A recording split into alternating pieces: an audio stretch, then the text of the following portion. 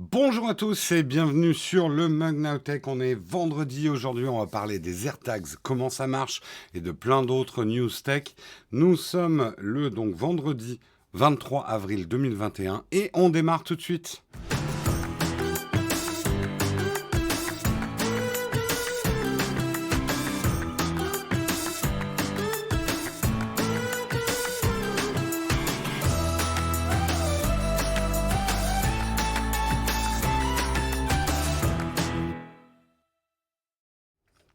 Bonjour à tous, j'espère que vous allez bien, ça régale déjà dès le matin, merci.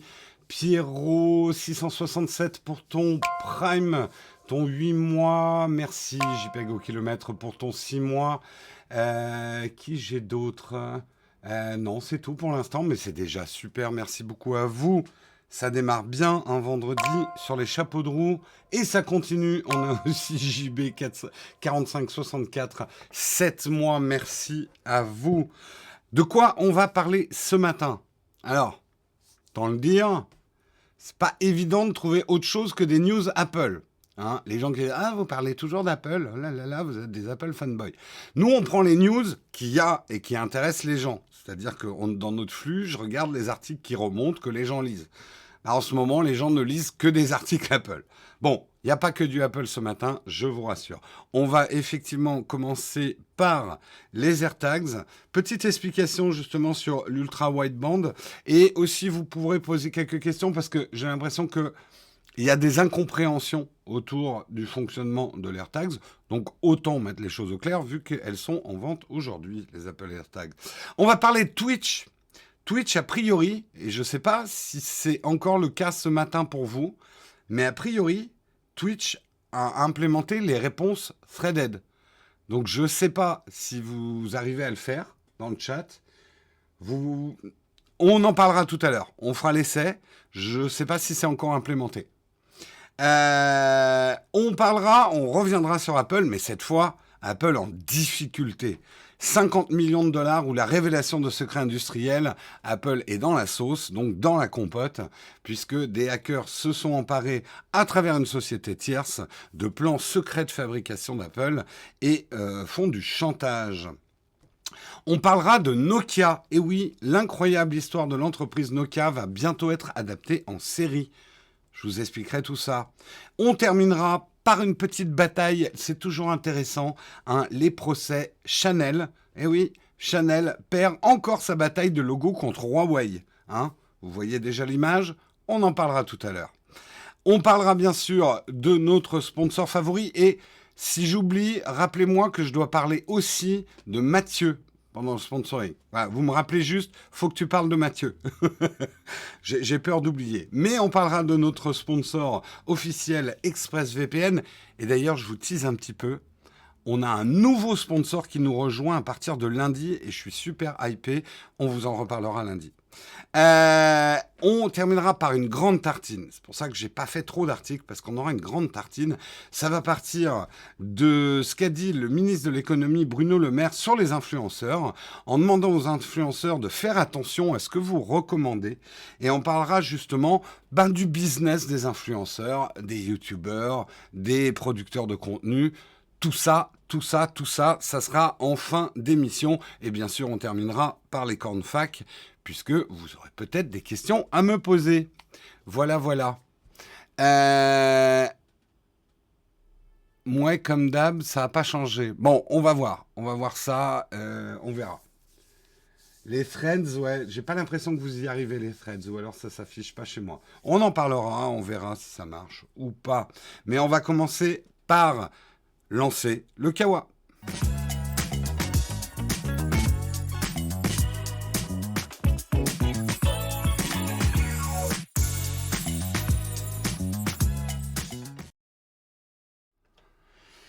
On va commencer en parlant des Apple AirTags qui vont être mis en vente aujourd'hui par Apple.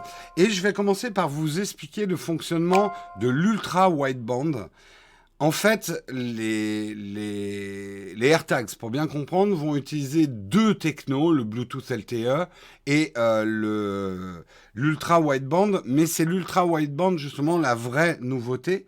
Qu'est-ce que c'est que l'ultra wideband ? En fait, l'ultra wideband, c'est pas nouveau. Ça date depuis les années 60. Et c'est utilisé au niveau industriel dans les entrepôts pour repérer les paquets. Donc ça fait un bon bout de temps que ça existe.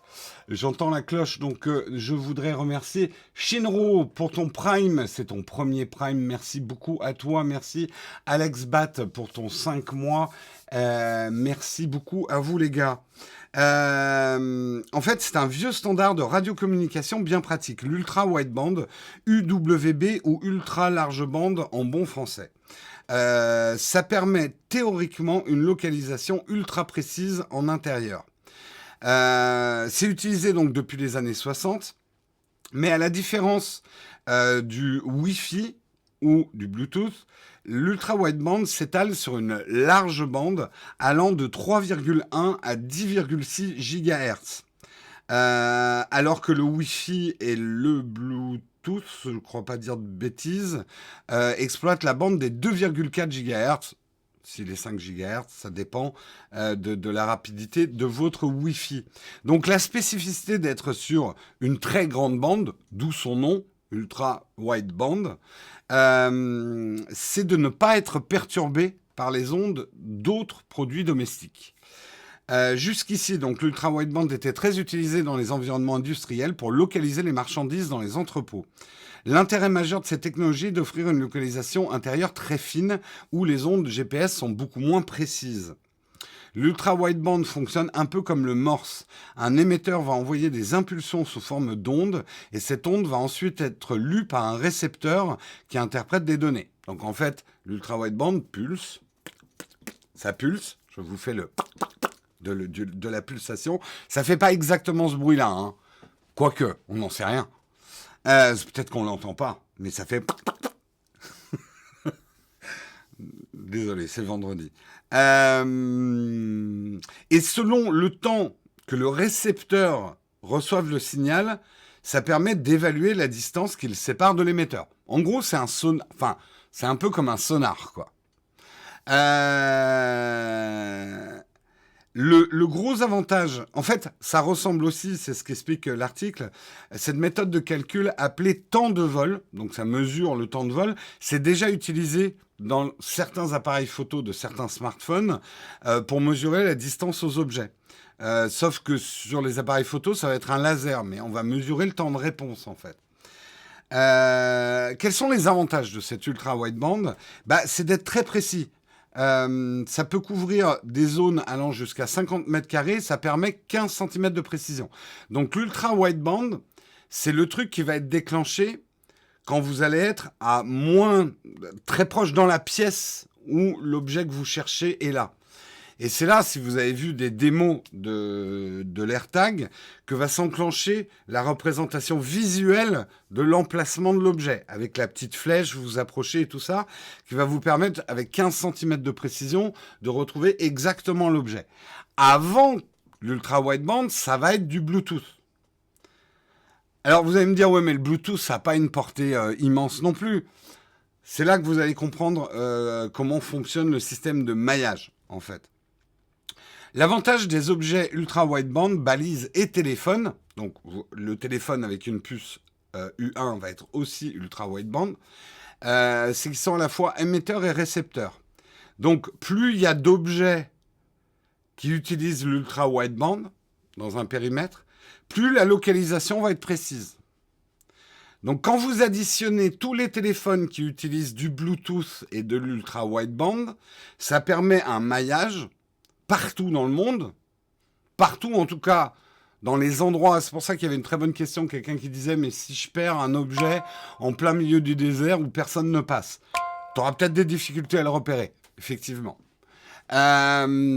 L'idée c'est d'utiliser tous les appareils Apple pour créer, mais même les vieux smartphones avec leur Bluetooth, les plus récents avec l'ultra wideband et la puce U1 pour créer un maillage le plus précis possible pour retrouver l'objet. Est-ce que vous comprenez ? Parce que certains me demandaient, mais il y a quoi ? Il y a un GPS dedans ? Non, c'est le maillage de tous les objets qui va permettre de repérer tous les objets, en fait. Alors, certains disent, oui, mais du coup, on est traqué. Non, tout ça, en tout cas, c'est la garantie d'Apple. Tout ça reste sur les objets, transite même pas par les serveurs Apple et ne permettent pas le traquage.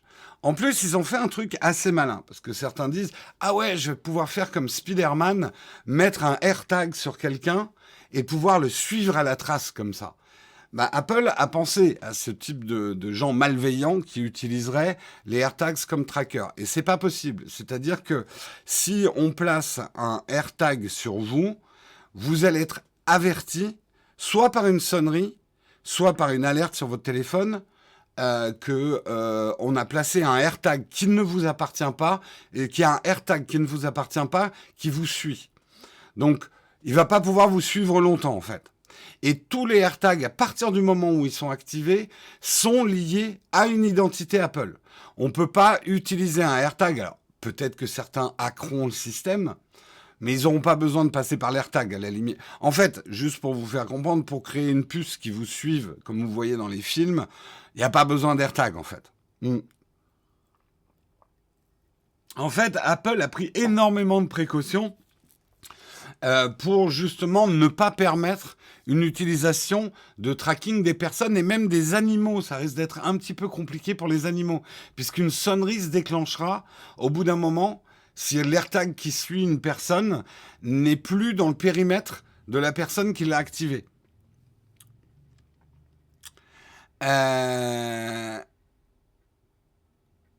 Dernier truc, est-ce que les AirTags sont compatibles Android ? Oui et non. En fait, non, dans le sens où vous ne pourrez pas utiliser des AirTags d'Apple avec un Android pour retrouver vos objets. Par contre, si dans la rue, vous ramassez un objet où il y a un AirTag, vous pourrez l'approcher de votre Android et ça va ouvrir une fiche contact avec le numéro de la personne qui avait cet AirTag pour que vous puissiez la joindre en disant cet objet a été perdu. Donc, vous pourrez, avec un Android, pas activer l'AirTag, mais retrouver le propriétaire d'un AirTag pour lui rendre l'objet, parce que vous êtes honnête. Hein, vous êtes honnête. Après, vous lui rendez que l'AirTag, vous gardez le sac. En fait, ça sert à rien. Bah, je comprends que certaines personnes qui sont soigneuses et attentives à leurs objets, qui les perdent jamais, se disent ça me servira à rien. Moi, j'utilise des tiles qui sont un système sans l'ultra wideband, juste avec le Bluetooth. L'ultra wideband, qu'on soit bien clair, l'ultra wideband, c'est vraiment pour la précision, pour trouver l'objet dans la pièce. Après, tout se passe par un maillage Bluetooth. Ça, voilà, grossièrement, c'est ça qu'il faut comprendre. Sur le vélo, ça marche pas. Si, ça marchera sur le vélo. Mais tu peux pas le coller sur le vélo de quelqu'un d'autre, en fait.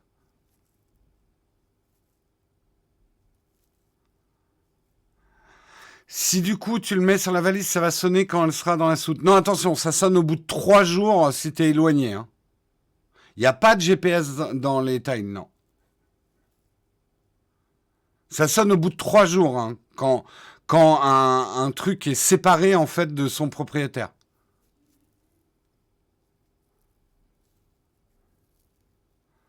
Donc tu peux pas filer tes clés à quelqu'un. Si, ça sonnera au bout d'un moment, hein, 3 jours, ça laisse du temps quand même.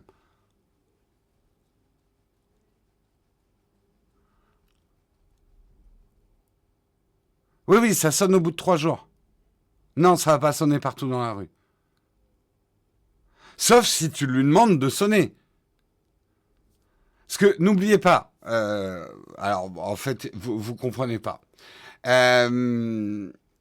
Quand vous avez un objet sur lequel vous avez mis un AirTag, ok. Cet objet, il faut d'abord que vous le déclariez perdu ou volé, avant que tout s'active pour le retrouver. J'ai perdu mes clés. Ok. Là, vous avez 2 options. Soit faire sonner l'objet pour retrouver vos clés. Et quand vous approchez et que vous avez un téléphone U1, vous aurez même un repérage de précision. Voilà. Oui, bien sûr, tu peux le désactiver à distance. Oui. Bien sûr. Tu gardes le contrôle, en fait. C'est dangereux de connaître le propriétaire des clés. Une personne malveillante peut rentrer chez nous. Oui, n'empêche que si tu as perdu tes clés, que tu les as oubliées dans un train, ok, il y a toujours le risque que la personne qui retrouve l'AirTag soit un cambrioleur et grâce à ton numéro de téléphone, mais après tu lui donnes pas rendez-vous chez toi. Voilà, mais que les gens puissent retrouver ton numéro de téléphone ou un moyen de te contacter quand ils retrouvent un objet, quand il y a l'AirTag, c'est vachement intéressant. Et moi, je le sais parce que j'ai des étiquettes sur mes bagages. Sur mes étiquettes, j'ai mis mon mail. J'ai pas mis mon numéro de téléphone parce que j'ai pas envie qu'à l'extérieur de mes bagages, n'importe qui dans la file d'un aéroport puisse avoir mon numéro de téléphone. Mais j'ai quand même envie, si quelqu'un de bienveillant trouve mon bagage, qu'il ait un moyen de me contacter. Un des avantages des AirTags ou des Tiles ou d'autres systèmes, c'est que si la personne a un smartphone avec du NFC, il passe dessus, hop, ça lui donne l'étiquette et il peut m'appeler. Alors vous allez me dire, oui, mais les gens dans la queue, ils peuvent passer avec le téléphone. Ouais, enfin là, ça devient un peu vicelard, puis je le vois venir quand même avec son téléphone. Et... Hein? Oh! Non mais, oh! Vu que tu lis pas, alors, vu que tu lis pas, tes mails, c'est vachement utile. Enfoiré. C'est pas faux. C'est pas faux.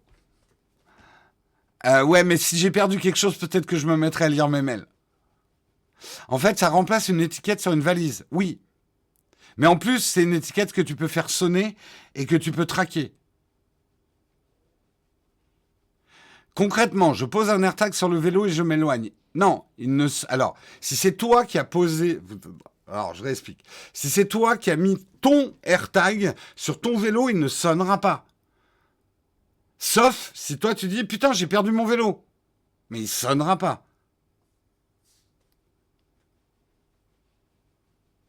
Non, je lis pas vos mails. M'écrivez pas, c'est pas la peine.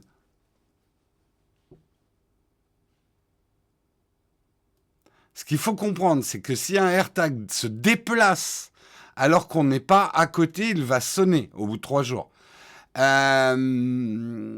Si on laisse un AirTag à un endroit et qu'il ne bouge pas, ça ne sonnera pas. C'est pour ça qu'on peut marcher, que ça marche sur un vélo, mais pas sur un chien. Exactement. Merci. En fait, tu devrais faire l'émission à ma place. C'est qui a fait ça? Je suis vraiment une merde. Joss, je te donne ma place. Hein, tu présentes, c'est mieux.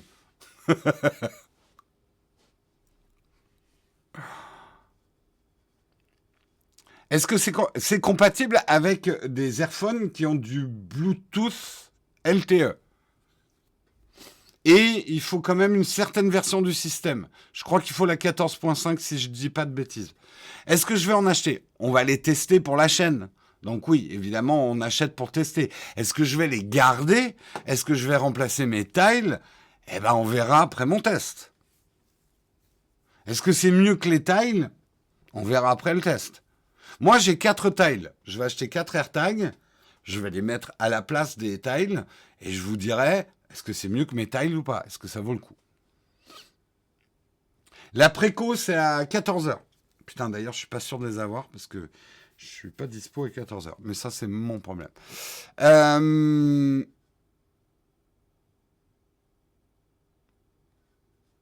Tout, si vous avez un objet Apple, iPad, ce que vous voulez, avec Find Me, l'application localisée, ça marche. À partir du moment où vous avez localisé, ça marche. Globalement, c'est ça.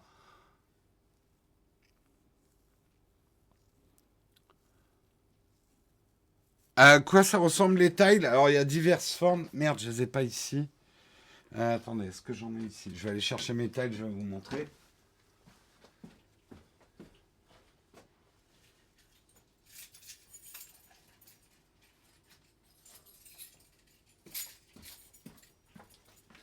Hop, hop.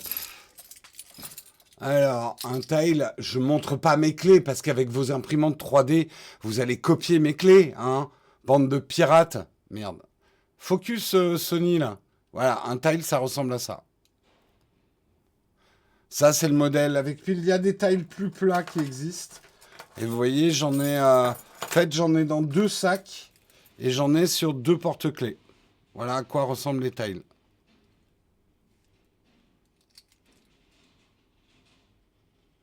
Voilà, voilà. C'est pas hyper joli, on est d'accord.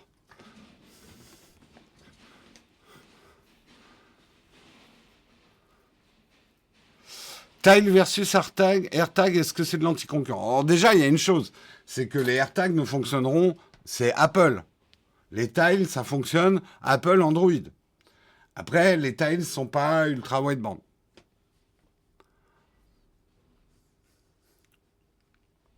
J'avoue que j'ai pas complètement saisi la subtilité entre objet fixe et en mouvement. Écoute, il va falloir que tu regardes des démos. Faut que tu ailles lire aussi ce que Apple a mis sur son site. Voilà, voilà. Allez, news suivante. On va parler de Twitch. Alors, a priori, Twitch, mais ça n'a pas l'air d'être le cas dans la chatroom ce matin. Twitch va implémenter les réponses threaded. Alors, qu'est-ce que c'est que les réponses threaded? Imaginez, il y a quelqu'un dans la chatroom, ce qui n'arrive jamais, hein, quelqu'un dans la chatroom qui dit quelque chose dans la chatroom qui est complètement hors sujet. Et vous voulez lui répondre. Qu'est-ce qui se passe actuellement dans le chat de Twitch que vous connaissez? Toutes les réponses se succèdent dans le désordre. Pour un présentateur comme moi, je vais tomber une fois sur deux sur quelqu'un qui est en train de répondre à quelqu'un précédemment, etc. Et donc, c'est un long bordel linéaire. Imaginons que cette personne, vous avez envie de lui répondre directement, sans que ça interfère avec le gentil présentateur qui essaye, tant bien que mal, de déchiffrer quelque chose dans ce chat qui bouge tout le temps. Vous allez pouvoir lui répondre avec un thread. Il suffira, a priori, de passer votre souris, votre doigt, au-dessus d'un message, et une flèche devrait apparaître, et qui vous permettra de répondre à ce message. Donc, a priori, Vaïa se sent visé. Un petit peu. Est-ce qu'il va faire... Voilà. Imaginez, vous voulez répondre à Melmoc, qui dit « Est-ce qu'il va faire beau ce week-end ?» Donc, qui est complètement hors sujet par rapport à ce qu'on fait. Et vous voulez lui répondre. Et normalement... Alors, ça marche dans le navigateur, mais pas dans l'appli mobile. Ok, intéressant. Intéressant, ok. Pas encore dans l'appli, mais sur navigateur, ça marche.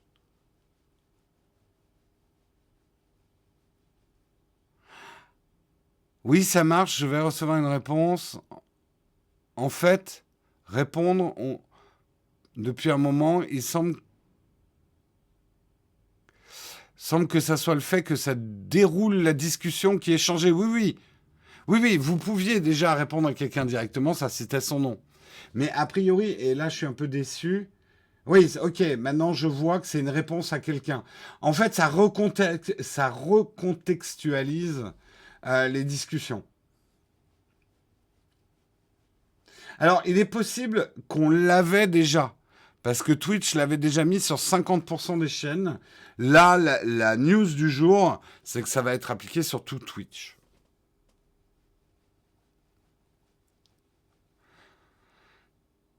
Bientôt la fonction gravier. Ouais, je pense, en fait, là, moi, je m'aperçois, on l'avait depuis longtemps. Mais au moins, je sais pas si j'avais l'info autrefois. Je vois par exemple que Samuel Archer a répondu à Memlock est-ce qu'il va faire beau ce week-end? Et il a répondu pas dans le sujet. Donc moi, ça me donne un repère visuel que c'est une conversation, en fait. Donc que j'ai pas forcément à lire. Alors après, comme ça va vite, c'est pas évident. Mais en fait, ça contextualise vos messages, ce qui est pas mal. Pour moi, en tout cas.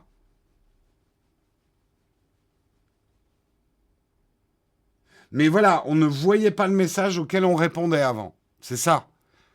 C'est ça qui est intéressant, en fait. Surtout pour moi. Parce que vous, à la limite, vous n'êtes pas mon problème. Non, mais c'est cool. C'est cool. Twitch... ça va être intéressant de suivre Twitch cette année. Twitch est devenu énorme avec la situation mondiale. Les chiffres de Twitch sont vertigineux. Et surtout, Twitch s'ouvre à plein d'autres choses que le jeu vidéo. Mais Twitch, en termes d'interface, en termes de moteur, a des petits relents années 2000 en termes d'interface et tout ça. Donc il y a vraiment de grosses évolutions nécessaires sur l'interface de Twitch. Il y a des trucs qui sont très en avance sur YouTube. Il y a des trucs qui sont très en retard sur l'ensemble du web chez Twitch. C'est très bizarre, d'ailleurs, quand on se balade dans l'interface, dans le back-office, notamment Twitch. Il y a des trucs, tu te dis, ah mais on fait encore ça chez Twitch. Puis d'autres trucs qui sont vachement en avance. Mm.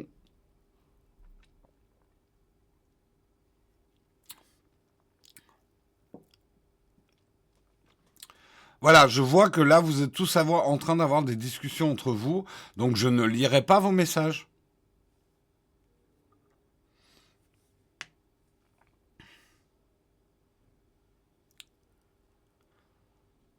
Tu m'as envoyé la capture sur Discord. Ok. Alors, le truc, c'est que j'ai pas Discord ouvert. Tu me l'as envoyé sur le... Attends. Si, j'ai Discord ouvert, mais tu me l'as envoyé sur le channel... Non.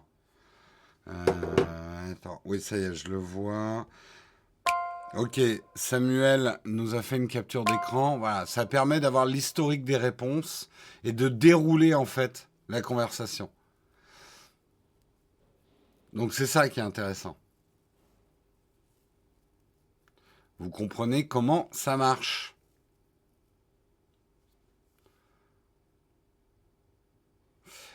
Merci Samuel. J'en profite pour dire merci à 9web, ton 8 mois. Merci, merci. Merci Originally Strange pour ton 8 mois. Merci Mad pour ton premier Prime. Il y a plein de premiers Prime aujourd'hui. Merci Tsuna71 pour ton Prime. Merci Shinro également pour ton Prime, premier Prime. Merci Alex Balt pour ton 5 mois. JB4564, je crois que je t'ai déjà remercié, mais je te remercie une deuxième fois pour ton 7e mois. Merci beaucoup à vous. J'adore la capture avec Samuel qui répond pas dans le sujet. Ah là là. Allez, on continue dans les articles. Je reviens sur mon interface. On va parler d'Apple en difficulté. Apple dans la sauce. 50 millions de dollars ou la révélation des secrets industriels. On est en train de blackmailer Apple. Qu'est-ce qui se passe le jour de la keynote, donc le 20 avril, selon le média The Record, la firme de Cupertino a également dû négocier avec une faille informatique chez son fournisseur taïwanais Quanta, qui a été hacké par un groupe de pirates informatiques russes et qui a débouché sur une attaque au rançongiciel. Au rançongiciel. Putain, c'est pas beau comme mot, hein. Rançongiciel. Il est demandé à Apple le versement de 50 millions de dollars d'ici au 1er mai, donc dans pas longtemps, ou alors la publication de secrets industriels concernant les assemblages des MacBook et des iMac seront révélés au monde. Ces derniers seraient accompagnés d'indications d'assemblage extrêmement précises et détaillées. Donc vraiment, les secrets de fabrication d'Apple seraient révélés au monde. Ils en ont déjà révélé pour prouver qu'ils avaient bien les documents. C'est d'ailleurs comme ça qu'on a eu un leak que éventuellement le prochain MacBook Pro aurait des retours tant attendus de lecteurs de cartes SD. Donc ça serait intéressant, mais bon. Dans une note de blog, justement, les responsables du rançongiciel précisaient qu'ils avaient contacté dans un premier temps Quanta pour faire chanter Quanta. Mais Quanta ne leur a pas répondu, du coup, ils s'en prennent à Apple directement.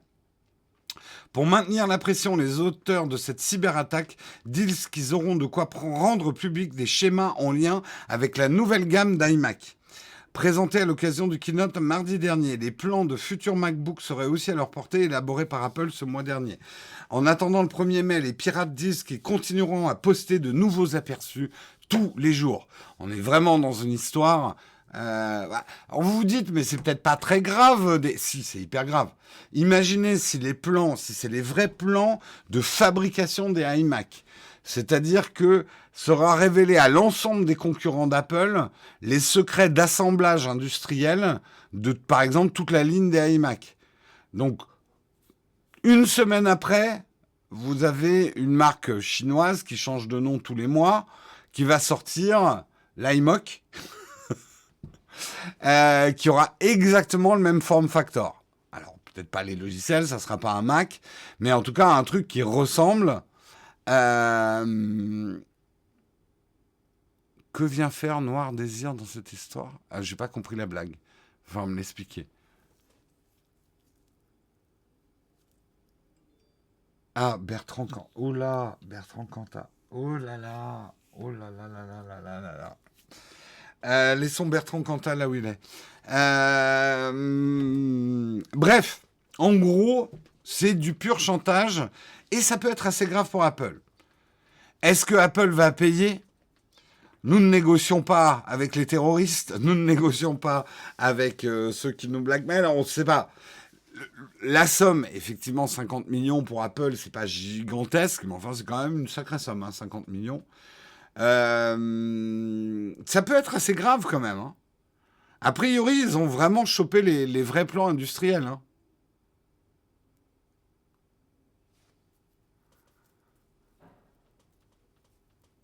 Apple qui se fait braquer, c'est très grave et inquiétant, mais tout de même assez croustillant et drôle. Oui, on est partagé entre un certain plaisir sadique de voir Apple dans la sauce le jour de sa keynote, et en même temps, quand même, c'est un peu grave. Le FBI doit être sur l'affaire, mais Apple les a bloqués. Je suis pas sûr que le FBI... Tu sais, t'as Apple qui appelle le FBI qui dit hey, est-ce que on a un problème là, machin? Le FBI, désolé, hein, team, nos iPhones sont bloqués. On peut pas vraiment vous aider. Poing. Ils l'ont un peu mauvaise contre Apple, le FBI. Hein. Ouais, mais ça peut être très grave hein, pour Apple, parce qu'honnêtement, c'est des secrets de fabrication industrielle, c'est-à-dire vraiment les plans d'assemblage des iMac sont leakés. C'est une grosse perte industrielle pour Apple. Hein.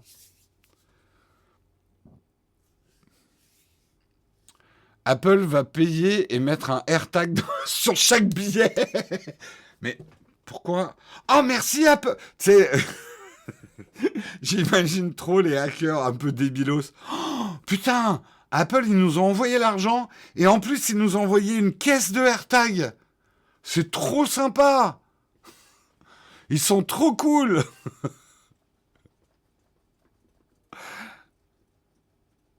Alors, c'est intéressant ce que tu dis.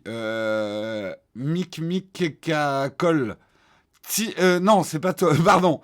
Qui est le tutorien. Apple qui se targuait d'être invulnérable face au piratage. Apple dans la sauce. Eh oui, mais tu n'es jamais aussi fragile que le maillon faible de ta chaîne. Là, ceux qui se sont fait hacker, c'est pas Apple directement, c'est un fournisseur d'Apple. Quanta, un fournisseur qui est à Taïwan. Donc, c'est le problème de la sécurité informatique. C'est que même si tu blindes ton entreprise, à partir du moment où tu bosses avec des fournisseurs, et toute entreprise bosse avec des fournisseurs, fait fabriquer des pièces détachées par-ci, par-là, bah, c'est très difficile d'étendre ta sécurité informatique à l'ensemble de tes fournisseurs. Et j'ai redit Quanta, les gars, ça s'écrit Quanta, hein? Voilà, vous voyez? Là, Quanta, vous le prononcez comment? Quanta? Quinta? C'est Quanta. Ou je connais pas la prononciation exacte en taïwanais. Mais voilà, c'est Quanta.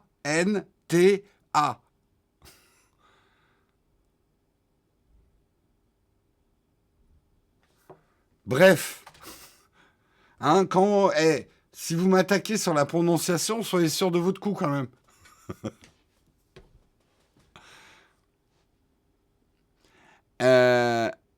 à moins de fournir des moyens de sécuriser tout le monde.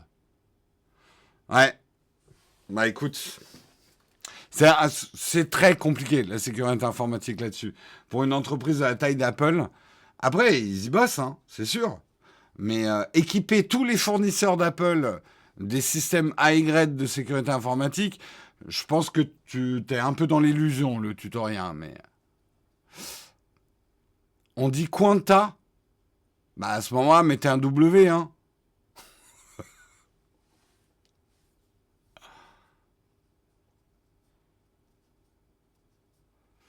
La rançon sera certainement en crypto-monnaie comme le Quanta.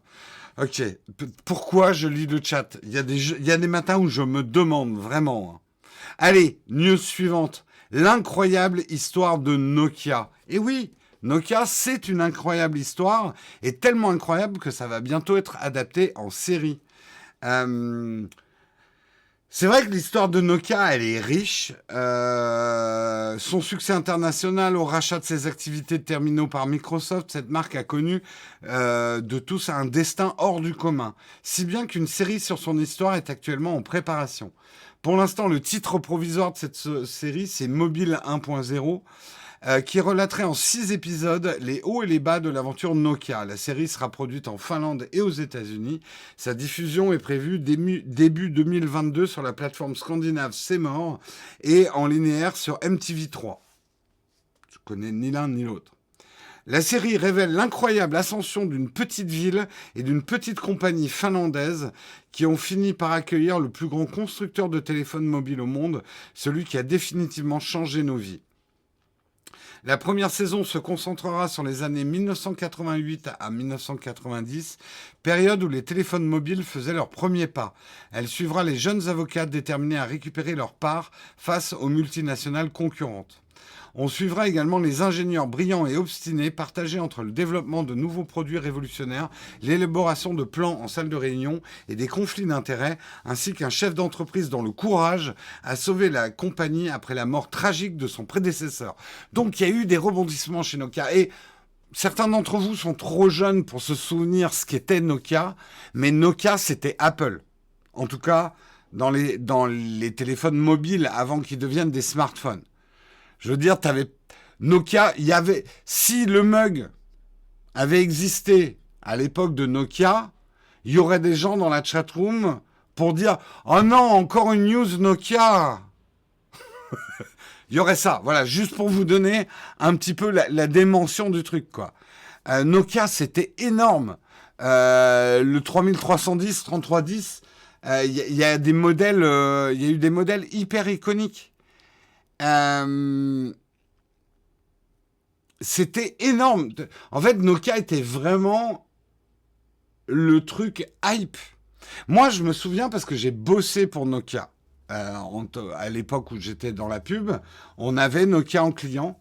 Enfin, plus exactement, je travaillais pour une agence, parce que j'étais freelance. J'ai travaillé pour une agence qui avait Nokia en client. Et je me souviens très bien, parce que ça, c'est un souvenir, un truc que tu n'oublies pas. Le lendemain de la présentation du premier iPhone par Steve Jobs, on avait une réunion de création avec 2 responsables de chez Nokia. Et je le dis, parce que maintenant, il y a les 2 responsables de chez Nokia. Nous, on est arrivés avec mon collègue, je me souviens, Christophe, au passage, je ne pense pas qu'il me regarde, mais certains d'entre vous le connaissent un peu, Zapcast. No Watch, Christophe, vous voyez, vous le remettez. Bref, avec Christophe, nous, on était là à la réunion. Tu sais, on venait de voir le premier iPhone, on a fait « Oh putain !» Et la réunion, les gens de chez Nokia qui étaient là « Non, mais là, le téléphone d'Apple, vous avez vu le prix, ils vont jamais en vendre. Et le truc, il est même pas 3G.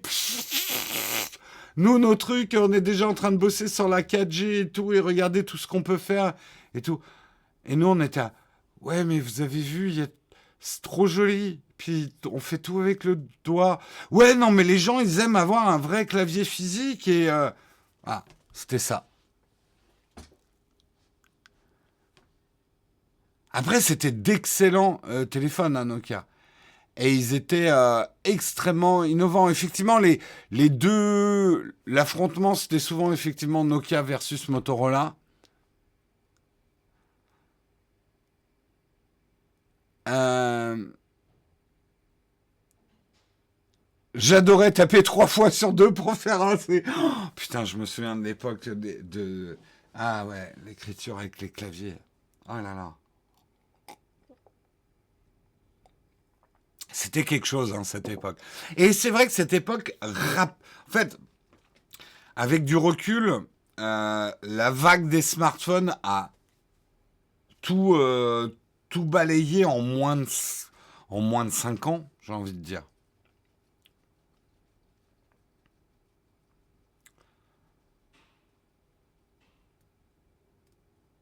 T9 à l'époque, le Nokia N95 est mort le jour de la sortie de l'iPhone, ouais. Ils ont mis du temps quand même à mourir, mais ils sont bien, enfin, ils sont pas encore morts, hein, Nokia. Mais enfin, ça n'a rien à voir avec le Nokia d'une époque. Moi, je me souviens des budgets Nokia et la taille de Nokia pour une entreprise finlandaise. D'ailleurs, nous, on est allé en Finlande avec Marion voir Patrick. Tu vois la place que Nokia avait dans la vie finlandaise à Helsinki, quoi. C'était incroyable. Oui, dans Matrix, il utilisait un Nokia, oui, si je me souviens bien, ouais.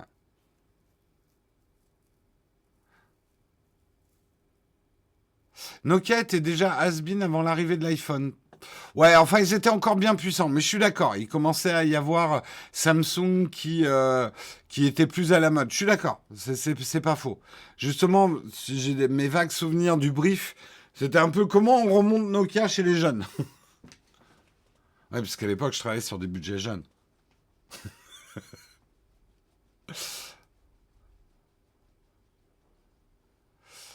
J'ai encore le premier Ericsson, mais il fonctionne plus. Moi, j'ai encore un Nokia hein, dans un tiroir. J'ai le Bebop aussi, ça, je l'ai gardé. J'ai eu le Bebop, le premier Bebop.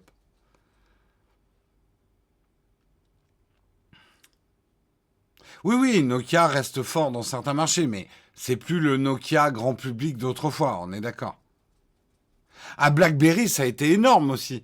BlackBerry a eu une période, je veux dire, si t'avais pas ton BlackBerry, tu t'existais pas. Hein. Chez les bobos, c'était BlackBerry ou rien. Et il y a eu même beaucoup de résistance à l'arrivée des iPhones et des smartphones, des possesseurs de BlackBerry, qui tenaient quand même pas mal à leur clavier physique. Hein. Non, c'est vrai que BlackBerry a jamais été complètement grand public, mais c'était très à la mode. Oui, on va peut-être pas se faire tous les trucs, oui. Kobe, Tam Tam, les pagers, tout ce qu'on a eu avant, quoi. Et ce que les moins de 20 ans ne connaissent pas du tout, du tout, du tout. BlackBerry était très entreprise, oui, mais dans certains milieux, c'était très à la mode aussi, un BlackBerry, hein, en dehors de l'entreprise. BBM Messagerie, c'était énorme, hein, même chez les jeunes, hein, à une époque. Hein.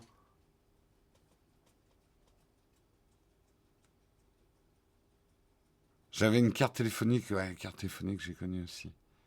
Tout ça, c'est des souvenirs. On vient de loin, hein, quand même. Hein.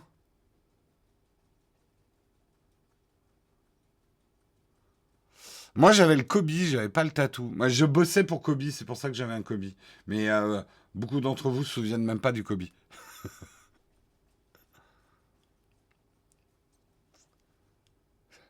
J'ai eu Samsung clamshell, premier écran couleur, autonomie de 3 heures, ouais.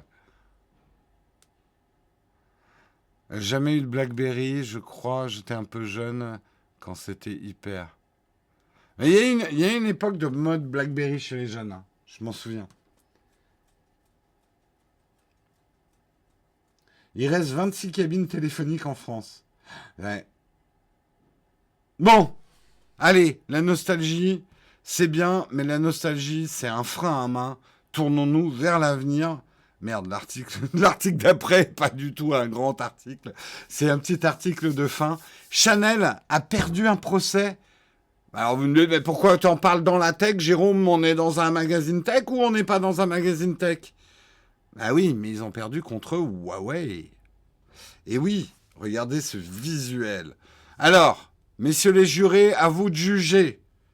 Est-ce que Huawei a pompé le logo de Chanel ou pas?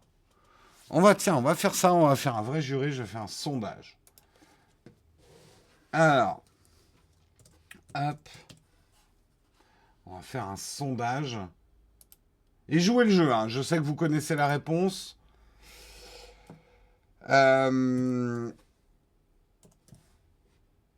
Juré. Ouais, non, alors. Alors, Huawei coupable. Huawei coupable de plagiat. Coupable. Non coupable. C'est parti. Le juré, vous avez 2 minutes pour voter. Est-ce que Huawei est coupable de plagiat de logo? Vous avez la pièce à conviction devant vous. Je vous demande de juger de manière impartiale, sans tenir compte de l'actualité ou de ce qui a vraiment été voté. Vous, si vous étiez juge, est-ce que vous jugez que Huawei a pompé le logo de Chanel ou pas? Je vous demande de changer aussi le sens du visuel. Moi, je ne peux pas le faire. Non, oui, je ne peux pas le faire. Mais regardez-le aussi de côté.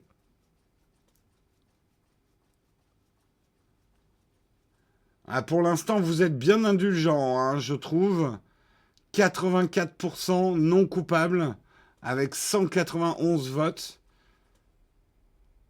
18% coupables avec 42 votes.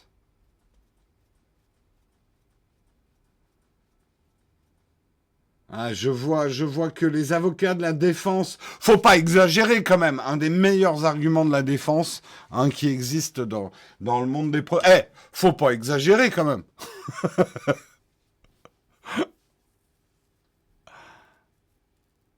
C'est où qu'on vote? Alors normalement, vous devez avoir le truc de vote qui apparaît dans votre interface. Je crois que ça marche pas sur certaines interfaces, le vote, hein.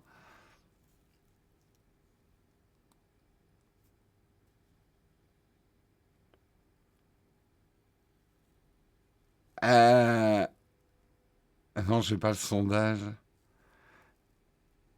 J'ai plus l'impression qu'ils ont pompé le logo de l'App Store d'Apple. Vas-y, déclenche un autre procès tant que t'y es.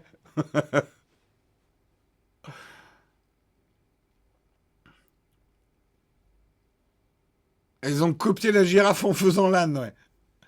Non coupable.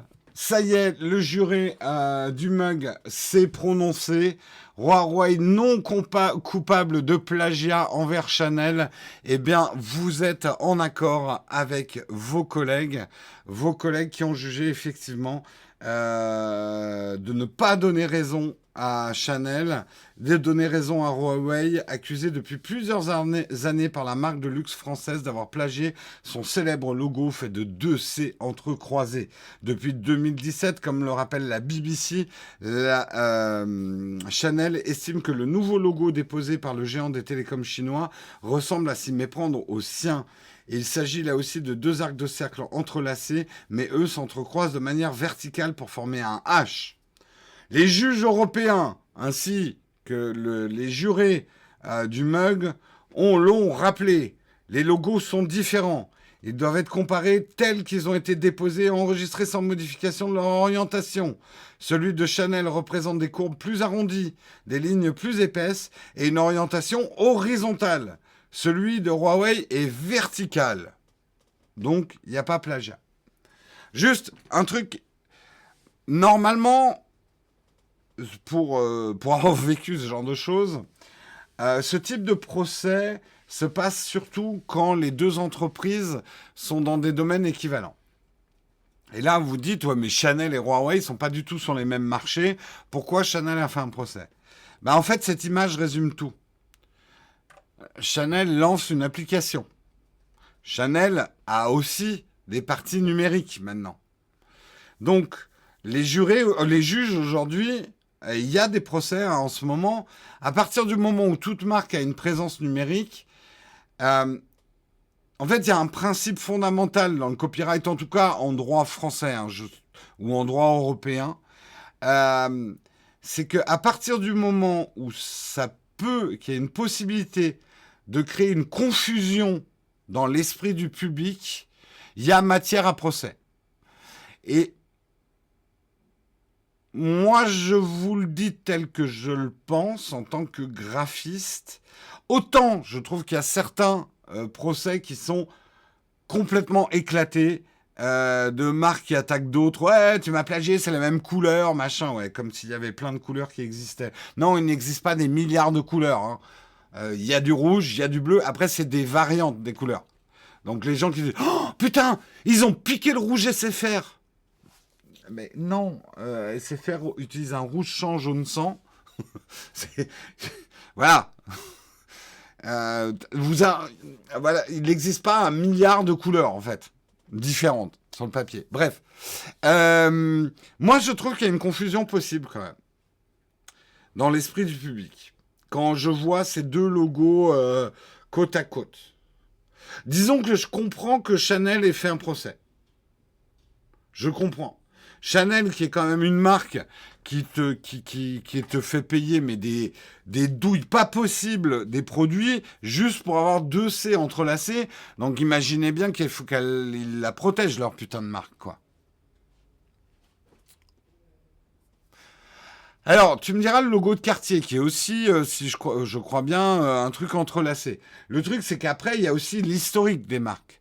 Chanel va pas attaquer une marque qui existe peut-être avant elle, justement. Merci Sub-Zero pour ton sub. 7 mois. Merci The Polaire pour ton 11 mois. Merci On of Web pour ton 8 mois. Est-ce qu'il y a des gens que j'ai oubliés? Merci Originally Strange pour ton 8 mois. Merci Mad97231 pour ton... Ah ben ça, je les ai déjà remerciés. Merci encore une fois. Merci Geek Cosmos pour ton 4 mois. Merci beaucoup à vous. Eh bien, dans ce cas, je comprends que Chanel ait perdu le procès. Ouais. Après, juste question. Moi, je l'avais jamais vu, ce logo Huawei. Ils l'utilisent pas. En tout cas, en France, on a toujours le truc de pan, là. Enfin, l'éventail rouge. Ou le lotus, je sais plus. Parce que moi, j'ai jamais utilisé...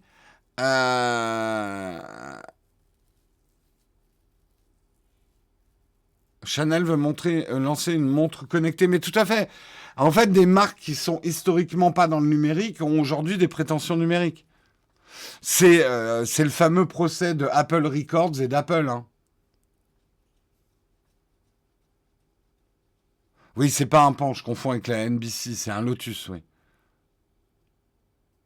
Ok, c'est l'appli Huawei, pas le logo de la marque. D'accord, merci.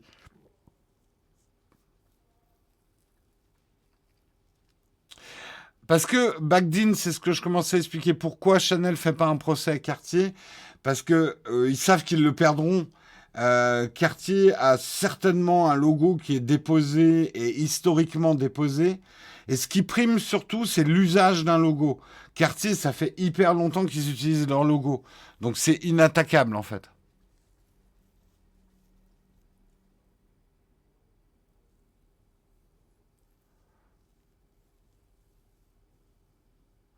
Ouais, mais pourquoi par exemple le comité olympique n'attaque pas Audi? Le logo Audi est ressemblant quand même avec des formes arrondies entrelacées aussi. Moi, je suis le comité olympique, j'attaque. J'attaque.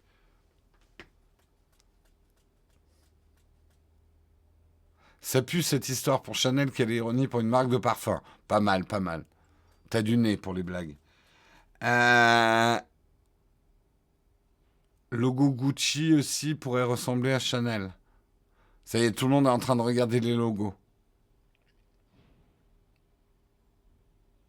En fait, le truc avec les logos, contrairement à ce que vous pouvez croire, il n'existe pas 20 milliards de formes différentes, ni des milliards de couleurs. Quand on est dans de la simplification.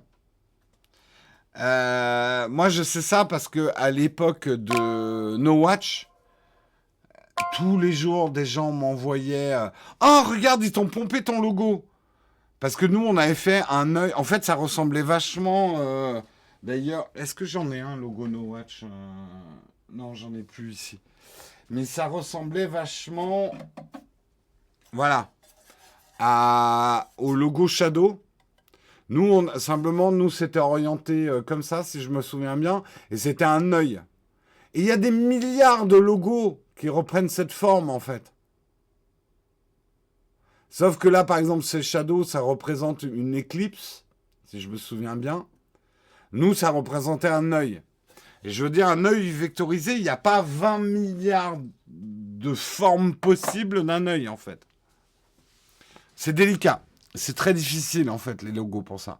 Dès que tu vas dans du logo hyper simple, hyper pur, tu tombes dans des formes basiques, en fait.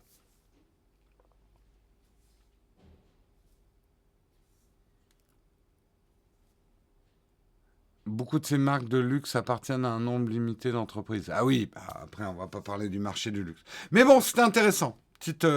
Petite histoire de procès. Il est temps de parler de notre merveilleux sponsor, vous le connaissez bien, c'est ExpressVPN, accès illimité dans le monde entier. Grâce au lien qu'on va vous donner dans le chat, vous pouvez obtenir 3 mois gratuits sur un abonnement de 12 mois. Nous, on est très fiers parce que, je ne sais pas si vous avez vu, mais Marcus Brownlee, il a le même sponsor que nous.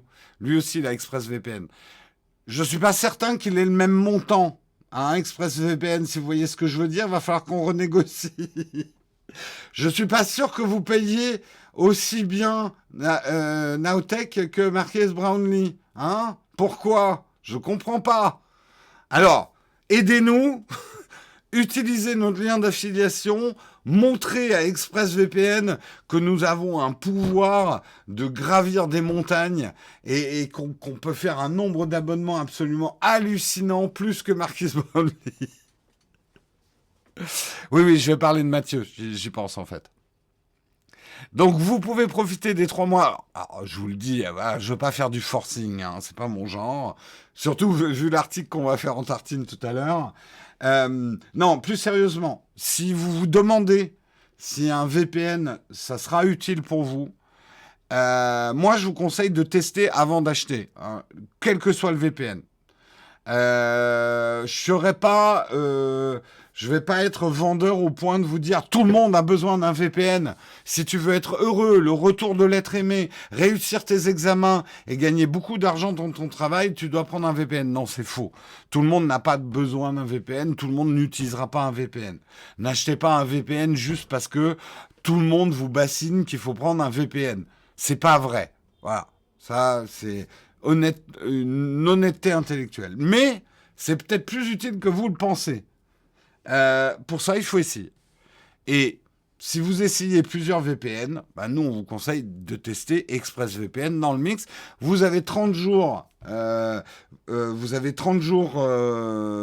pour changer d'avis, hein, puisque c'est satisfait ou remboursé.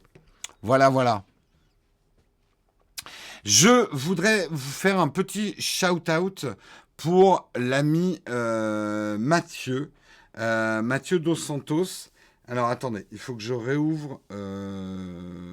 Où est-ce que je l'ai ouvert son truc? Qui voulait que je vous parle des Awards FR ETR. Effectivement, qu'est-ce que c'est que ETR France? Alors je vais vous montrer. Les Awards FR ETR, venaient participer à la cérémonie consacrée aux premiers Awards de la VR francophone. Quelque part sur l'internet, le 20 avril 2021, toute l'équipe d'ETR France est heureuse de vous annoncer les ETR Awards, premier grand événement 100% numérique, et se déroulera ce dimanche 25 avril, donc c'est ce dimanche, à partir de 20h30, sur leur chaîne Twitch, ETR_FR. ETR_FR, chaîne Twitch, abonnez-vous. Cette cérémonie sera l'occasion de célébrer, de récompenser les meilleurs jeux vidéo francophones dans le domaine de la réalité virtuelle. Donc si vous vous intéressez effectivement à la réalité virtuelle, les premiers awards de la VR francophone, ça sera dimanche soir, 20h30, ce dimanche 25 avril 2021, sur la chaîne Twitch, ETR_FR. Voilà. Donc, suivez-le. Il y aura 6 catégories. Meilleure direction artistique, meilleure expérience innovante, meilleur jeu en salle d'arcade, meilleur jeu multijoueur et le meilleur jeu ever, bien évidemment. Pour co-animer, il y aura des co-animateurs. Est-ce qu'il y... Ah non, il n'y a pas... Il n'y sera pas, Mathieu. Mathieu, hein, de la chaîne Restez Connectés. Hein, Restez connectés à Mathieu. Je regarde s'il y a d'autres infos. Voilà, vous avez un contact mail si vous voulez des infos. Mais le plus important, c'est leur Twitch. Voilà. Je voulais faire un petit shout-out à notre ami Mathieu. Voilà en tout cas pour les annonces du jour. Je vous propose qu'on passe à la tartine.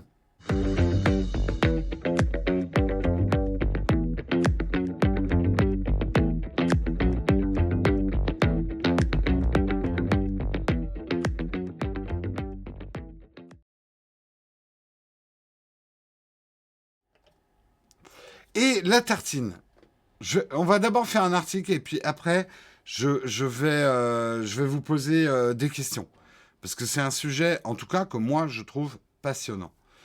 On va parler de ce qu'a dit le ministre de l'économie, Bruno Le Maire, à l'attention des influenceurs. Influenceurs au sens large, je sais que c'est un mot qui est assez détesté. Et il y a des influenceurs détestables, mais voilà, moi je suis un influenceur. Les créateurs de contenu, YouTube, vidéastes, streamers, Instagrammeurs, etc., c'est des influenceurs. Et le ministre de l'économie, Bruno Le Maire, a dit « Faites attention à ce que vous recommandez ». Il en appelle à la responsabilité des influenceurs. Un influenceur, au sens large, qu'est-ce que c'est ? Un influenceur, c'est un leader d'opinion qui, grâce à ses recommandations sur les réseaux sociaux, Instagram, Twitter, Facebook, Snapchat, YouTube, etc., va pouvoir agir sur le comportement d'achat de ses abonnés. Ces influenceurs tirent leurs revenus de leurs partenariats rémunérés avec les marques dont ils assurent la promotion sur les réseaux. En 2020, parmi les plus gros influenceurs français, on retrouve Squeezie, Nabila, Enjoy Phoenix, etc. Certaines stars de la télé-réalité, etc., etc. Face à ce phénomène de société, le gouvernement s'est retrouvé dans la nécessité de prévoir un certain encadrement, et notamment auprès des consommateurs, vous. Le ministre a donc invité les consommateurs à signaler toutes les arnaques dont ils seraient victimes sur un site internet dédié du gouvernement, signal.conso.gouv.fr. J'aurais peut-être pu faire une adresse un peu plus... signal.conso.gouv.fr. Et a souligné le ministre et qu'ils sont totalement décidés à mettre fin aux pratiques abusives. Il a même fait une vidéo, Bruno Le Maire, qui en appelle à tous les influenceurs et il a dit « Je voudrais vraiment faire appel à tous les influenceurs qui ont un impact considérable sur la décision d'achat des jeunes », explique le ministre. Prenez vos responsabilités, faites attention à ce que vous recommandez, faites attention à vos promos flash. Il faut que ça corresponde à la réalité du produit. Le fléau, comme il l'appelle, c'est de vendre à des clients potentiels, qui sont souvent d'ailleurs des clients jeunes, des produits qui ne correspondent pas à la publicité. Ça s'appelle de la publicité mensongère et de la vente mensongère. Et c'est puni par la loi. En gros, de quoi il parle ? Il parle des interconnexions parfois très malsaines d'influenceurs, de dropshipping et de vente limite un peu forcée.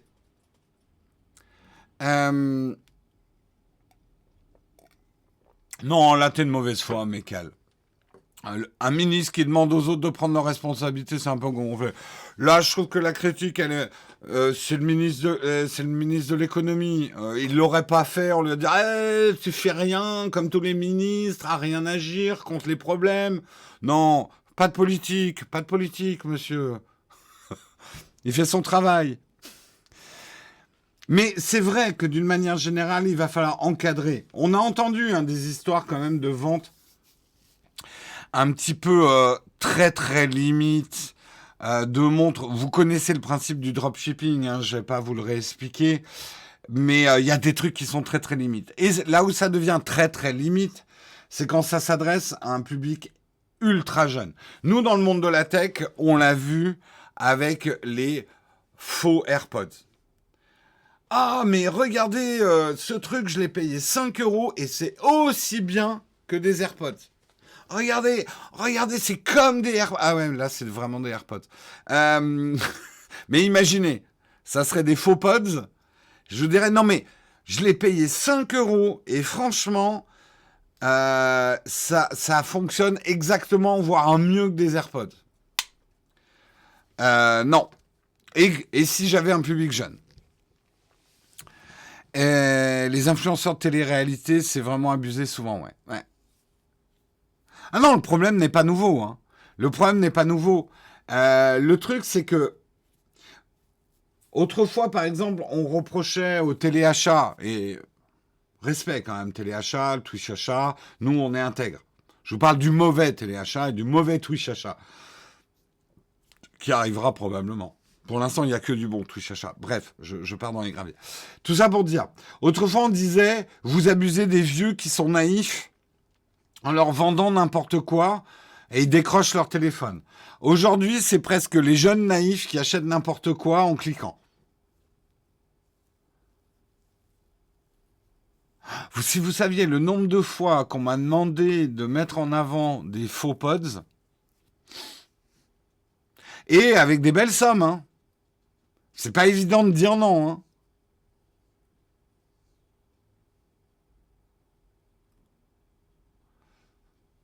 hein. On peut vous proposer des produits pour le Twitch achat. Alors, arnos.com, si sérieusement tu as des produits à proposer, il faut, si tu as de quoi noter, je te laisse une seconde pour prendre de quoi noter. Il faut que tu envoies un mail, mais attention, les autres, n'envoyez pas de mail si c'est pas pour le business. Vous faites que chier la chaîne en faisant ça et on vous répondra pas. Mais tu écris à Cédric à partners@nowtech.news. Partners avec un S, donc partenaire en anglais, @nowtech.news. C'est notre mail pro pour les offres pro. Donc oui, si tu veux proposer un produit pour le Twitch achat, tu peux. Tu vois ça avec Cédric. C'est pas forcément gratuit. À toute façon, le Twitch achat est fait pour la moulin, hein, on vous le cache pas, hein.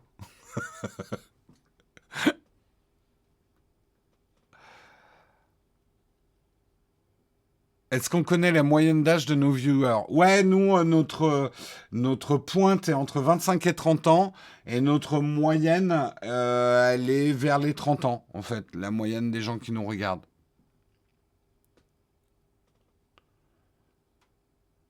Euh, Soit c'est la tech, mais dans un marché ultra niche, mes côtés, fait un petit badge en circuit imprimé avec un zob dessus. D'accord. Écoute, parle-en à Cédric. C'est le côté zob qui est pas... Comment dire? Je sais pas si t'as fait une faute de frappe, mais... je sais pas. Je sais pas. Euh... Salut, j'ai découvert la chaîne récemment grâce à Micode et je suis devenu fan. Eh ben cool, merci à Micode aussi. Et merci à toi. Merci à toi.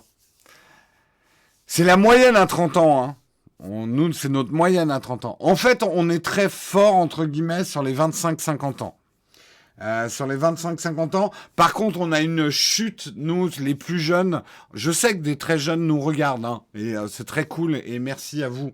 Vous êtes plus intelligents que les autres jeunes. Mais en fait, on n'est pas du tout une chaîne qui plaît aux gamins, quoi. Et c'est normal, moi, je suis un papy pour eux, quoi.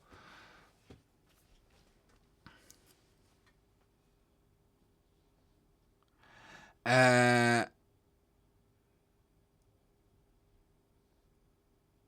les 25-50 ans, c'est ceux qui ont les moyens, tout à fait. C'est bien pour ça qu'on se fait une moue, là. Vous voyez pas, mais là, j'ai des tapis de billets. Bref, je voulais revenir dans l'article, parce que c'est sérieux, cette histoire. Mais justement, ça parle pas mal de ça. Est-ce qu'il faut responsabiliser et est-ce qu'il faut que les influenceurs aient des règles? Certes, oui. C'est n'importe quoi. En ce moment, c'est n'importe quoi. Il n'y a pas de règles. C'est le Far West. C'est le Far West. Et effectivement, alors vous avez vu que nous, devant nos vidéos, ça fait déjà au moins 4-5 ans que nous, on fait très attention à la pub cachée et on se prémunit de la pub cachée parce que je pense que c'est un fléau, la pub cachée. La pub cachée, c'est en gros du sponsoring qui ne se dit pas. C'est j'ai été payé par telle marque pour vous présenter un produit, mais je vous le dis pas. Ça, c'est de la pub cachée. Je suis très pro pub. Moi, j'aime beaucoup la pub. Je suis pro pub parce que pour moi, c'est le seul moyen aujourd'hui d'avoir du contenu que vous ne payez pas. Et la pub peut être vertueuse si elle est bien faite. On aura un autre débat là-dessus un autre jour. Mais par contre, je suis un arc-bouté contre la pub cachée parce que, justement, ayant travaillé dans la pub, prendre les gens pour des cons, c'est juste pas possible. La pub doit s'adresser au cerveau. La pub n'est pas faite pour manipuler, contrairement à ce qu'on croit, même si elle va utiliser des ressorts d'influence. La pub doit être franche et honnête et se déclarer comme publicité. Ça, c'est vraiment une conviction très profonde. Et justement, c'est là où je veux vous amener. J'ai regardé aussi Ponce, que j'aime beaucoup regarder ses replays, et je trouve qu'il a fait un sondage qui est hyper intéressant et que j'ai envie de refaire avec vous. Alors, on va contextualiser. D'abord, on va partir de l'hypothèse que vous êtes tous d'accord. Sinon, vous répondez même pas au sondage. Si vous n'êtes pas d'accord avec les prérequis que je vais donner, vous répondez pas au sondage. Premier prérequis, ne voteront que ceux qui sont d'accord que les créateurs de contenu doivent être payés. Voilà. Je sais que certains d'entre vous, et ils ont leur raison, estiment qu'un créateur de contenu ne devrait vivre que de passion et d'eau fraîche et ne devrait pas être payé pour exercer son activité professionnelle, de créer des vidéos, de faire des photos, etc. Ok, mais à ce moment-là, vous votez pas. Donc, premier prérequis, vous admettez qu'un créateur de contenu doit être rémunéré pour son travail. Deuxième prérequis, on va pas parler des adblockers. Je sais, les adblockers, c'est la réponse que vous allez me donner, machin. Ouais, moi, j'utilise un adblocker. Maintenant, j'ai un adblocker qui coupe les OP. Je sais, les vertus des adblockers, vous êtes à fond là-dessus. C'est la solution à vos problèmes. On va essayer de faire le sondage en oubliant les adblockers. Même si, très honnêtement, les adblockers sont une grosse partie du problème aussi. Là où je vais vous amener. Ok ? C'est les deux prérequis. Je vais vous faire le sondage. En fait, c'est très simple. Le sondage, ça va être vous préférez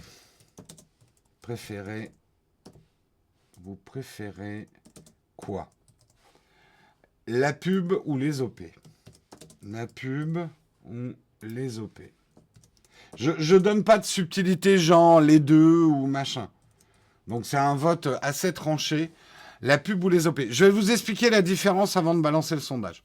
La pub, c'est tout ce qui est espace publicitaire qui n'est pas contrôlé par l'influenceur.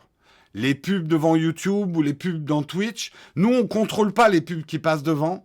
On va toucher une rémunération par rapport aux pubs qui vous sont proposées, mais nous, on ne contrôle pas cet inventaire publicitaire-là. C'est YouTube ou Twitch qui les contrôle et nous...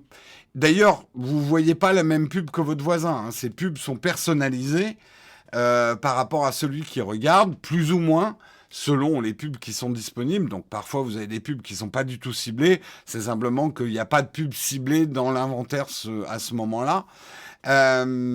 Donc, nous, influenceurs, créateurs de contenu, on n'a pas le contrôle de ces pubs-là, on touche une rémunération parce que on imagine que personne n'utilise d'adblocker et on est payé parce que vous avez vu ces pubs grâce à nos émissions, puisque ces pubs sont passées avant, après, au milieu de nos émissions, de nos vidéos, de notre travail. Les OP, c'est les sponsors, c'est ce que vous voyez que l'influenceur met directement dans son contenu. Là, c'est pas du tout géré par YouTube, c'est pas du tout géré par Twitch. On appelle ça du contenu baked in show, qui a été cuit dans l'émission, qui est intégré à l'émission. Je sais que certains systèmes d'adblocker permettent de les sauter aussi, mais imaginons que ça n'existe pas. Donc, qu'est-ce que vous préférez, la pub ou les OP? Je commence le sondage.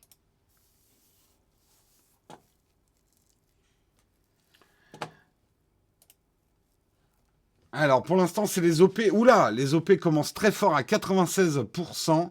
Les OP, 93%. Ça monte très très fort. Très très peu de gens sont pour la pub. Il n'y a que 10%, 8 votants qui sont pour la pub. Beaucoup, beaucoup de problèmes. Je sais, ça manque d'autres réponses. Je n'ai pas voulu faire un sondage subtil, hein. C'est des sondages... c'est des sondages de scouts, oui ou non? On, Oubliez les adblockers. On en reparlera si vous voulez, mais oubliez les adblockers. Imaginez que les adblockers ou les systèmes qui bloquent les OP n'existent pas. Imaginez si les adblockers n'existaient pas, qu'est-ce que vous préfériez? La pub ou les OP? Excluez les adblockers de l'équation parce que ça fausse tout en fait. Pour rémunérer, pour pouvoir avoir du contenu gratuitement, alors je reformule la question, pour avoir du contenu gratuitement, de votre côté, que vous n'ayez pas à payer directement, est-ce que vous préférez la pub ou les OP? Les OP, c'est les sponsors et tout ça.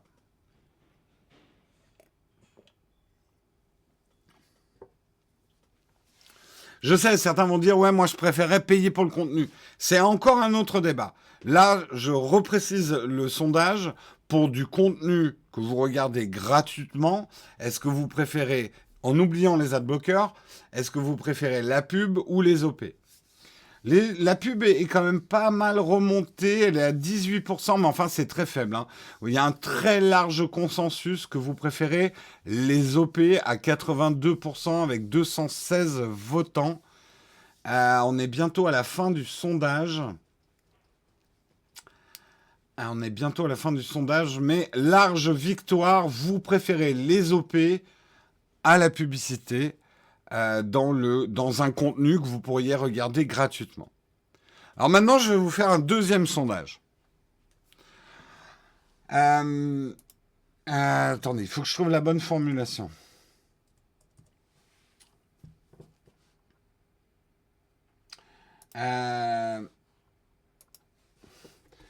Quel est le type de pub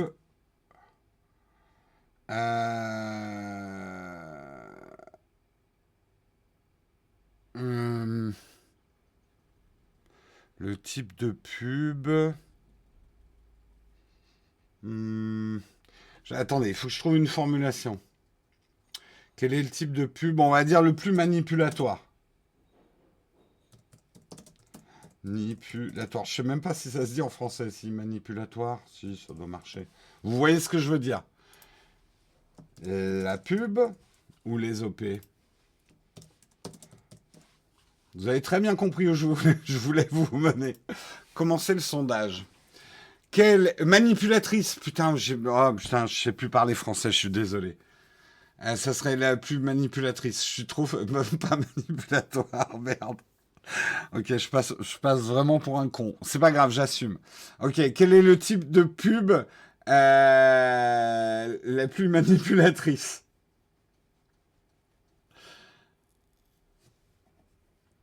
À votre avis, qu'est-ce qui vous manipule, entre guillemets, le plus? Les OP ou la pub? Ah ouais, là, ça démarre très fort aussi pour les OP, hein. Ça démarre très très... Les pubs avec Jérôme en maillot de bain pour nous vendre des crèmes solaires. Mon Dieu. Ah, le cauchemar, même pour moi.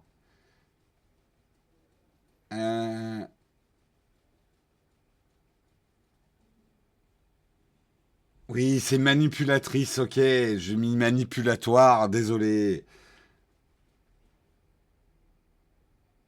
Mais c'est de la manipulation non cachée. Ah, hé, hé. C'est là où je voulais vous emmener. Bon, le sondage a l'air quand même vachement objectif, on va dire. Vous pensez quand même que les OP sont beaucoup plus manipulatrices en termes de publicité que les publicités. C'est-à-dire, vos anticorps, on a tous des anticorps anti-pub. Voilà. Oh là, c'est de la pub, ça m'influence pas. C'est une naïveté, mais voilà, on a des anticorps. Quand vous regardez une pub, vous voyez que c'est clairement identifié comme une publicité. Quand il y a une OP, qu'elle est bien mélangée dans le contenu, surtout les OP super rigolotes. Ah ouais, Villebrequin, ils sont trop forts dans leurs OP, c'est des sketchs trop marrants. Et attention, je suis absolument pas en train de charger Villebrequin, c'est génial ce qu'ils font. Mais réfléchissez bien quand même, toutes ces OP enrobées par des créateurs de contenu, des influenceurs, pour faire passer la pilule, ou le suppôt, sont justement plus manipulatoires. J'essaie de faire passer le mot auprès de l'Académie française. Chut, perle de sueur. Vous savez, toutes ces... Vous êtes là à dire, ouais, je vais pas charger que Villebrequin. Le joueur du grenier, c'est vraiment trop génial ce qu'il fait avec ses OP. C'est super rigolo, c'est des sketchs. Et je suis d'accord, c'est génial ce qu'ils font avec leurs OP. Mais quelque part, c'est un enrobage de publicité pour vous la coller au fond de la gorge quand même. Quelque part. Et que c'est beaucoup plus efficace que de la publicité, parce que la publicité, vous voyez bien que c'est de la pub. Vous faites « Ah, c'est de la pub !» Alors que quand c'est une OP rigolote, vous faites « Ah putain, elle est cool ton OP !» Je vous dis pas qu'est-ce qui est bien, qu'est-ce qui est mal. Mais je vais vous dire une chose que je pense fondamentalement. Mais bien sûr, nous, on le fait aussi. ExpressVPN, c'est dans le truc. Nous, on a des sponsors dans nos vidéos. On est obligé, parce que la publicité, comme tout le monde la zappe, ou que tout le monde met des adblocks, la publicité ne rapporte pas grand-chose sur YouTube. Il n'y a plus que les OP qui rapportent quelque chose. Et c'est justement là où je veux en venir. Et c'est pas, encore une fois, c'est pas un discours anti-adblocks, mais juste pour que vous compreniez une dynamique qui, pour moi, est très perverse autour de la publicité. Plus vous chassez la publicité, plus elle va s'enfoncer dans le contenu et devenir de plus en plus invisible. Parce que qu'est-ce que vous croyez qui va se passer quand il va y avoir des systèmes qui vont couper les sponsors dans les vidéos? Pour couper les sponsors, c'est très simple. Hein. Le premier qui regarde la vidéo, il dit « Ouais, le YouTuber a mis son sponsor entre telle seconde et telle minute, entre telle minute et telle minute. » Il l'envoie à tous ceux qui ont le même système pour couper le sponsor. Et ça coupe la partie sponsor de l'influenceur ou du créateur de contenu. Qu'est-ce qui va se passer ? Les annonceurs vont dire hey, les créateurs de contenu, vous êtes bien gentils, mais personne ne regarde des pubs. Ils les bloquent tous, ils les coupent tous. Donc personne ne les voit. On va arrêter de vous payer pour passer nos pubs. Nous, on voudrait que nos pubs... Et là, les créateurs de contenu vont faire « Oh, attends, j'ai une solution. Je vais parler de ton produit sur des micro-phrases, des microsecondes. Ça fera tellement de coupures que leur système, ça marchera plus. Vas-y, amène la moula, je continue. » En fait, le contenu va être de plus en plus mélangé.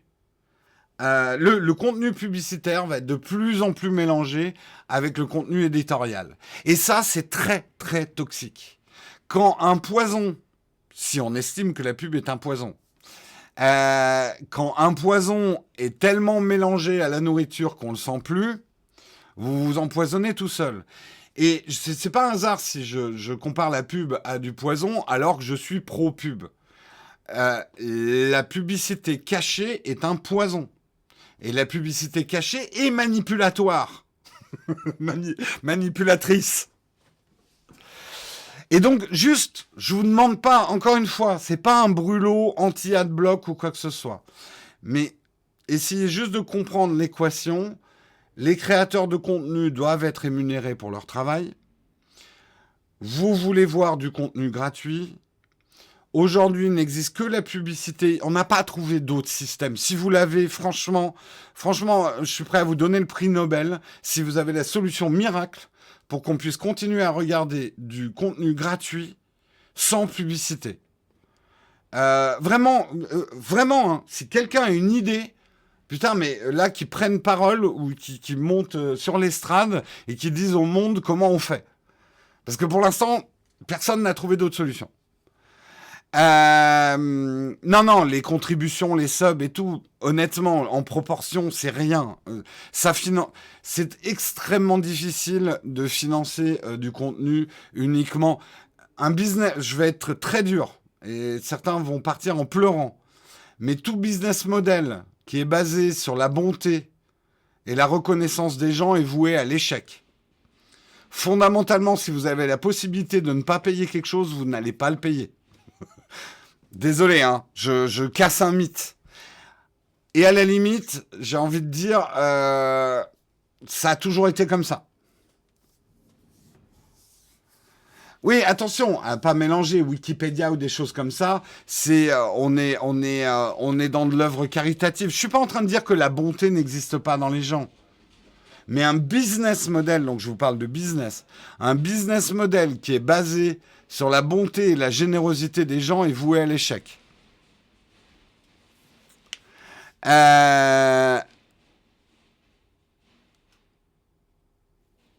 Flonflon a fait un article sur une boîte qui inclut des pubs dans les films libres de droit. C'est un bon exemple de ce que tu expliques.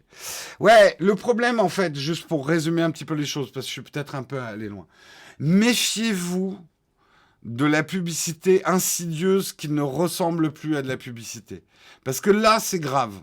Et c'est un petit peu, je détourne les propos de Bruno Le Maire, c'est là où les choses deviennent dangereuses dans le marketing et manipulatoires. J'y arriverai.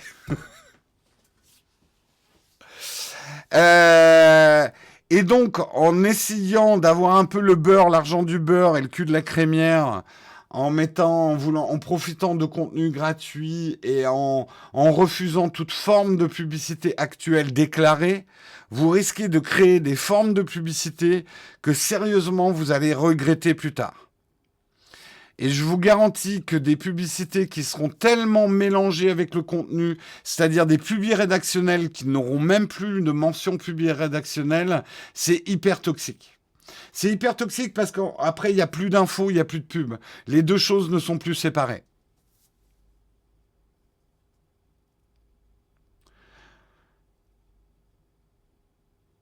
Et du coup, durant ton quotidien sur le VPN, ExpressVPN est un placement insidieux. Non, on vous dit que c'est le sponsor de l'émission. On est dans le déclaratif. Votre cerveau voit bien que je suis en train de parler d'un sponsor. Et c'est important, justement, au même titre que dans un magazine, quand on écrit public rédactionnel, qu'on vous informe en personne intelligente que là, on est en train de vous faire une information publicitaire, qu'on a été payé pour faire cette information-là. Moins on vous le dit, plus c'est rigolo, plus c'est mélangé au contenu, plus ça devient insidieux.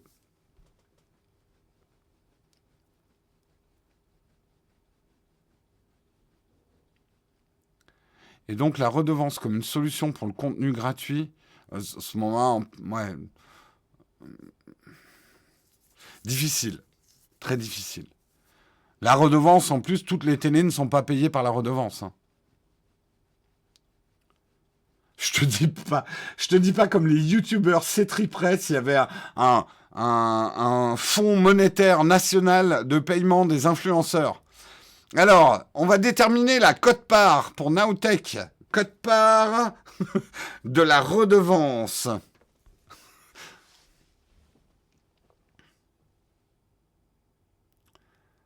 Ce qui serait bien, Jérôme, pour que ça fonctionne vraiment, c'est que ça soit transparent. Combien VPN Express vous donne? Non, alors, Cyberalp, je comprends ce que tu veux dire. Moi, être transparent avec des gens qui savent comment fonctionne une entreprise, oui. Mais la plupart d'entre vous, je suis désolé de vous le dire, et c'est normal. Vous n'avez pas dirigé des entreprises ou quoi que ce soit. Vous n'avez aucune idée des valeurs des choses. Vous ne savez pas ce que c'est qu'un chiffre d'affaires, un revenu, les charges qu'on a sur les revenus. Donc, si on vous donne les sommes, Et chaque fois que ça s'est passé sur Internet, que des influenceurs donnent des sommes, c'est comme les salaires des footballeurs, quoi. Ça part dans le grand n'importe quoi parce que les gens pensent que c'est de l'argent qu'on touche directement. Après, il faut rentrer dans des tonnes d'explications, on tombe dans du comptable, c'est super chiant. Donc désolé. En plus, pour moi, ça fait partie de la vie privée des entreprises. Enfin, c'est un problème de concurrence aussi. Si moi je vous disais combien ExpressVPN nous payait, eh ben l'influenceur d'à côté, il va appeler ExpressVPN, il va faire, je vous le fais 2 fois moins cher. Problème. Donc non, on ne peut pas vous parler des chiffres. On vous parle de pourcentage, on est hyper transparent sur la chaîne. Mais je trouve que... Enfin, je comprends après que des chaînes comme... j'allais dire Dirty Economics, non. Comment elle s'appelle? Aidez-moi. Qui fait vraiment... Mais lui, justement, c'est le propos de sa chaîne. Donc c'est normal. Stupid Economics, pardon. Stupid Economics, il fasse ça. C'est le propos de sa chaîne et justement, il va prendre le temps de vous expliquer à quoi correspondent les chiffres. Mais je vais vous donner pour moi l'exemple qui tue, et généralement qui tue le débat. Quand on a appris que Enjoy Phoenix avait touché 60 000 euros pour une OP, tout le monde a fait « Mais mon Dieu, 60 000 euros pour 5 minutes à parler d'un produit, mais c'est scandaleux, c'est comme les footballeurs qui sont beaucoup trop payés, mais c'est n'importe quoi, elle bosse 5 minutes, elle touche 60 000 euros, moi c'est même pas ce que je touche par an. » Voilà, ce genre de réaction hystérique qu'on a à chaque fois qu'on parle de somme. Maintenant, si je vous dis l'inverse, je crois que c'était L'Oréal, mais on va dire L'Oréal, mais je veux pas faire... Imaginez que la marque qui l'ait payé 60 000 euros ait fait 5 millions de chiffre d'affaires grâce à cette opération. Est-ce que vous, justicier social, vous trouvez que c'est normal qu'elle, si elle avait fait 5 millions de chiffre d'affaires sur la vente du produit qui était mis en promotion par Enjoy Phoenix, est-ce que vous trouveriez ça juste qu'Enjoy Phoenix ne soit payé que, par exemple, que 1 000 euros en ayant fait gagner 5 millions d'euros de vente de produits? Je vous pose la question. Est-ce que vous trouveriez ça juste? Les mêmes qui disaient c'est injuste qu'elle touche 60 millions. Et je peux vous la faire avec un footballeur aussi.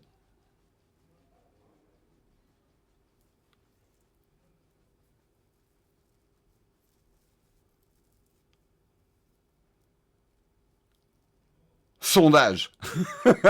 Non, on va arrêter avec les sondages. En fait, le truc, c'est que moi, je trouve ça juste que quelqu'un soit payé une somme que vous trouvez indécente, s'il a fait gagner des sommes indécentes. Et voilà, les footballeurs sont payés, vous dites c'est indécent, mais en même temps, combien rapporte un footballeur? Et pour moi, la justice, elle est aussi là. Si tu fais gagner des millions et des millions d'euros à une entreprise, c'est normal que tu aies une quote-part juste. En tout cas, moi, c'est ma vision des choses. Après, on pourrait dire, est-ce que c'est normal que ces boîtes fassent des millions et des millions? Ça, c'est un autre problème.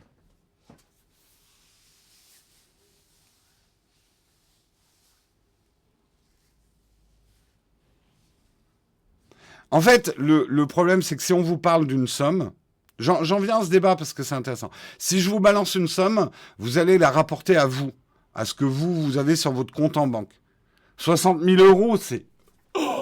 Mais une entreprise qui touche 60 000 euros, si vous enlevez les charges, les salaires, les frais de fonctionnement, etc., c'est... Enjoy Phoenix s'est pas mis 60 000 euros dans la poche, bien évidemment. Elle a toute une entreprise autour d'elle. Et quand bien même, je vais même vous le dire, si elle s'était mis 60 000 euros dans la poche et qu'elle a fait gagner 5 millions à l'entreprise en faisant la promotion du produit, bah, je trouve ça juste, moi. Je trouve ça juste, personnellement.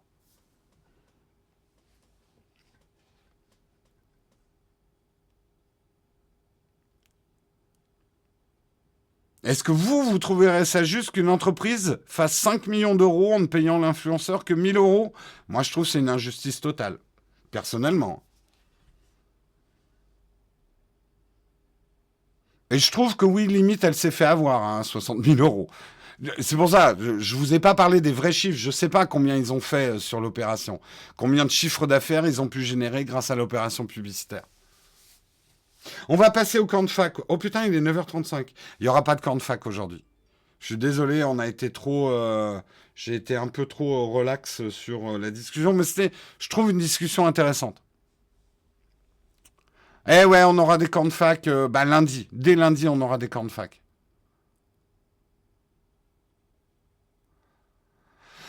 Nowtech, donc tu dis qu'un salaire ne rapporte pas beaucoup, donc c'est normal qu'il soit. Ah non, c'est pas ce que j'ai dit. Non, je pense pas faire du Valheim ce soir. J'ai absolument pas le temps de faire du jeu vidéo en ce moment. J'ai d'autres problématiques privées, on va dire, à côté qui me prennent beaucoup de. J'ai pas de temps libre en ce moment. Donc, hélas, je ne serai pas sur Valheim ce soir. Mais réfléchissez quand même bien à ça. Où est la justice sur la rémunération des influenceurs? Parce que souvent, on oublie combien l'entreprise elle a généré grâce à l'opération de l'influenceur. Vous voyez que la jalousie envers l'influenceur, en fait. Mais c'est intéressant. On aura encore ce type de débat. Il faut vraiment que j'y aille. Je vous fais des gros bisous. On se retrouve lundi matin à 8h. On va lancer un raid. On va lancer un raid. Je sais que SOS Ciné doit être en... Il m'a dit qu'il était là. SOS Ciné, on va faire un raid sur SOS Ciné, ça va le surprendre. Je vous fais des gros bisous. Je lance le générique de fin et je lance le raid après. Passez un bon week-end, soyez bons, soyez forts.